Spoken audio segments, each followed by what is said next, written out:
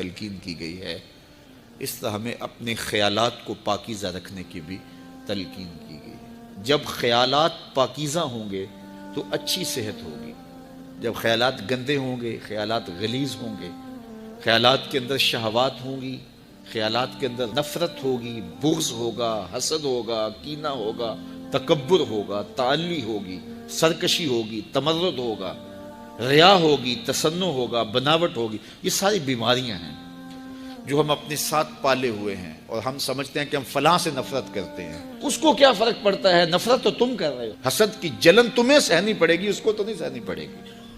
بغض رکھتے ہو، کینہ رکھتے ہو، نفرت رکھتے ہو، تو ہم کہتے ہیں ہم فلاں سے رکھتے ہیں۔ میاں فلاں کو کیا فرق ہے؟ وہ سب کچھ تو تم اپنے اندر رکھے ہو۔ وہ کیمیائی عمل جو ہوتا ہے، جو صحت پہ مضر اثرات پڑتے ہیں، طبیعت میں گھٹن آتی ہے، طبیعت میں غصہ پیدا ہو جاتا ہے، اور ہر وقت چڑچڑا مزاج ہو جاتا ہے، ہر وقت ایک بے چینی میں رہتے ہو، تو وہ تم رہتے ہو، وہ تو نہیں رہتا۔ تو اس لیے وہ اپنے آپ کو صاف کریں، اپنے اندر کی آگ بجھائیں، اپنے اندر کو ٹھنڈا رکھیں، اپنے اندر کی ستھرائی کا، پاکیزگی کا، طہارت کا سامان کریں۔ ان چیزوں کا التزام اور ان چیزوں کا اہتمام کرنا یہ ہمارے دین نے ہمیں سکھایا ہے۔ اسی طرح جب کوئی شخص برائی کرتا ہے، کوئی بھی برائی کرے، تو اس کی اثرات اس کے اوپر مرتب ہوتے ہیں۔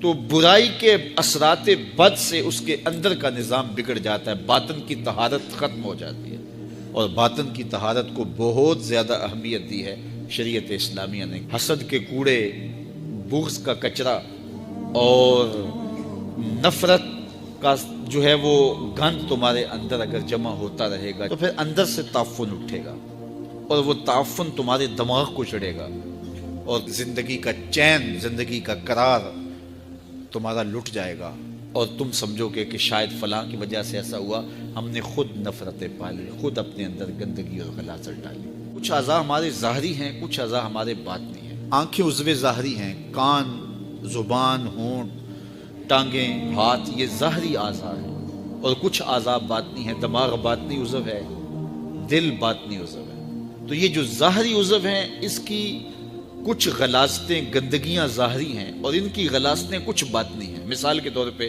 ہاتھ کے اوپر میل لگ گیا، ہاتھ کے اوپر کوئی نجاست لگ گئی، تو یہ عضو ظاہری کی ظاہری غلاظت ہے، تو اس کو پانی سے صاف کیا جا سکتا ہے۔ پاؤں کو چلتے چلتے کوئی گندگی غلاظت لگ گئی تو آپ آ کے اس کو جلدی سے دھو لیں گے، یہ عضو ظاہری کی ظاہری غلاظت ہے۔ لیکن ان اعضاء کی ایک باطنی غلاظت بھی ہے۔ مثال کے طور پہ یہ ہاتھ ہے، یہ عضو ظاہری ہے، اس کی ظاہری غلاظت تو یہ تھی کہ اس کے اوپر کوئی گندگی لگ گئی، لیکن باطنی غلاظت یہ تھی کہ اس ہاتھ سے تم نے کسی سے ظلم کیا، تو یہ باطنی غلاظت لگ گئی۔ یہ زبان، اس کی ظاہری غلاظت تو یہ تھی کہ کوئی منہ میں ایسی چیز پڑ گئی جو گندی تھی، تو اس کی ظاہری غلاظت ہے اس ظاہری عضو کی۔ لیکن اس ظاہری عضو کی باطنی غلاظت کیا ہے؟ اس زبان سے جھوٹ بول دیا، اس زبان سے بہتان لگا دیا، اس زبان سے کسی کو گالی دے دی، اس زبان سے سب و شتم کیا، اس زبان سے کسی کے لیے برا لفظ بول دیا، تو اس عضو ظاہری کی یہ باطنی غلاظت ہے۔ اس طرح یہ آنکھ کی ظاہری غلاظت یہ ہے، اس کے اندر کوئی میل پڑ گئی تو یہ ظاہری غلاظت ہے، لیکن اس آنکھ کو شہوت سے بھر لیا، گوشۂ چشم سے کسی کی تحقیر کی، کسی کی تذلیل کی، تو اس ظاہری عضو کی باطنی غلاظت ہے۔ اسی طرح باقی اعضاء بدنیاں ہیں، تو ہر عضو کی جو ظاہری ہے اس کی ایک ظاہری غلاظت ہے، اس کی ایک باطنی غلاظت ہے۔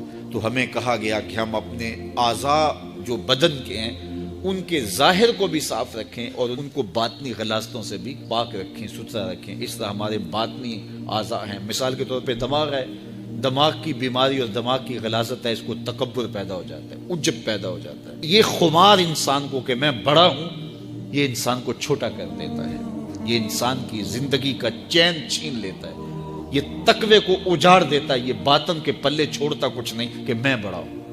اس کائنات میں سب سے بڑا جرم ہوا یہ ہے کہ ابلیس نے کہا تھا انا خیر منہ، میں بہتر، یہ میں جو تھی اس نے اس کا بیڑا غرق کر دیا۔ جو بڑا ہوتا ہے اس کو بتانا نہیں پڑتا میں بڑا ہوں، لوگ دیکھتے ہیں کہ وہ بڑا ہے۔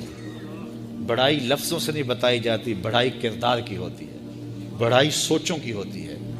بڑا آدمی دکھائی دیتا ہے کہ یہ بڑا ہے، اس کی عادات سے پتہ چلتا ہے بڑا ہے، اس کے اطوار سے پتہ چلتا ہے بڑا، اس کے طرز زندگی سے پتہ چلتا ہے کہ وہ بڑا ہے۔